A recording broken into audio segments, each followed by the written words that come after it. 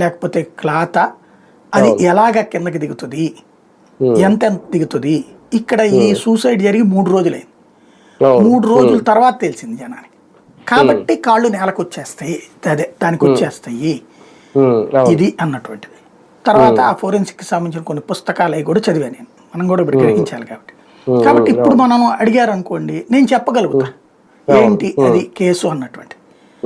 అట్లాగే ఇప్పుడు వీళ్ళకి అది అవగాహన ఉండదు కదా. మా పాస్టర్ గారికి మద్యం అలవాటు ఉండదు, ఆయన కింద పడిపోయింది ఆయన కాదు, హెల్మెట్ పెట్టుకుని ఉన్నాడు. ఇది ఒక సెక్షన్ కావాలని క్రియేట్ చేస్తున్నటువంటి బ్యాచ్ కదా. వాళ్ళు అసలు అక్కడ నువ్వు వింటలేదు, వాళ్ళే ఒక మార్ఫింగ్ ఫోటోలు తెచ్చేస్తున్నారు. ఎవడో నేపాలోడి బొమ్మ పెట్టి వీడియో అని చెప్పేసి, లేకపోతే ఇంకోటి అని చెప్పేసి. దీని ఇంపాక్ట్ ఏమవుతుంది, ఇప్పుడు వాస్తవంగా పోస్ట్ మార్టం చేసే మొట్టమొదటి రోజే తెలిసిపోతుంది మద్యమా కాదా అన్నటువంటి. ఎప్పుడైతే క్రైస్తవ సంఘాల్లో కొంతమంది, అందరూ కాదు కొంతమంది దీన్ని రాజకీయం చేయడం ప్రారంభించారో ప్రభుత్వం ఉలిక్కిపడి అతిగా స్పందించింది. స్వయంగా చంద్రబాబు, లోకేష్ ఎప్పుడైతే స్పందించారో వాళ్ళు ఇంకొంచెం రెచ్చిపోవడం బిగిన్ చేశారు, ఏదేదో అనుమానాలు వ్యక్తం చేయడం అనేటటువంటి.